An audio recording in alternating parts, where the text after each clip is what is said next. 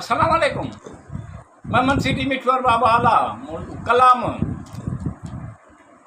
वाक़ई खूब चयो आहे।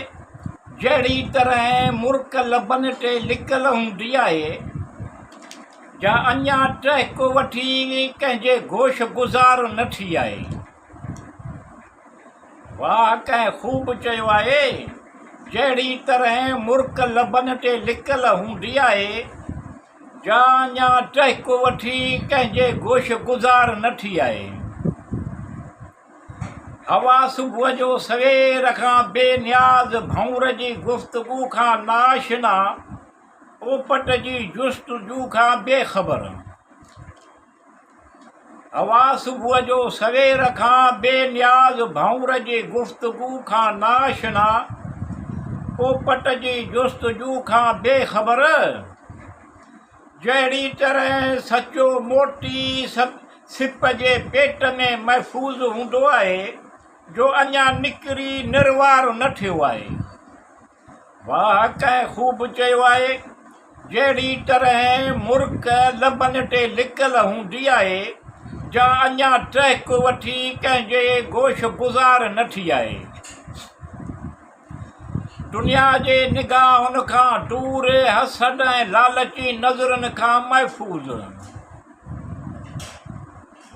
दुनिया जे निगाहुनि खां दूर, हसद ऐं लालची नज़रनि खां महफ़ूज़।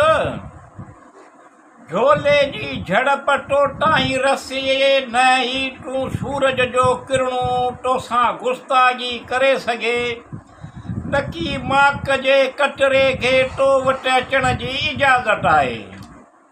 वाक़ई खूब चयो आहे।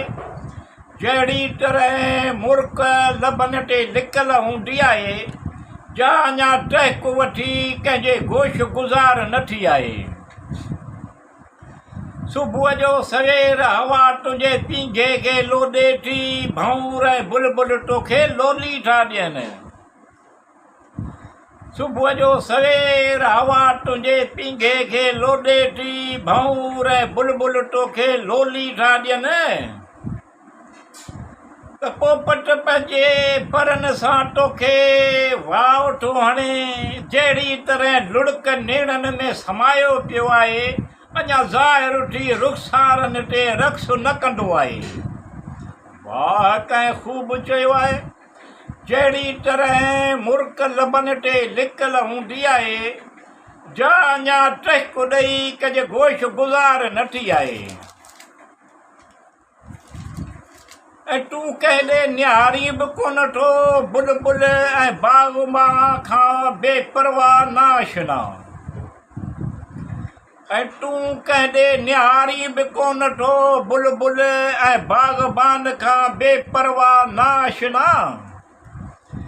जहिड़ी तरह माक हवा में मिलियल हूंदी आहे जा अञा फुड़नि जे सूरत वठी गुलनि ऐं पननि खे न सीगारींदी आहे। वाक़ई खूब चयो आहे। जहिड़ी तरह मुर्क लबनि ते लिकल हूंदी आहे जा अञा टहिको ॾेई कंहिंजे गोश गुज़ार न थी आहे।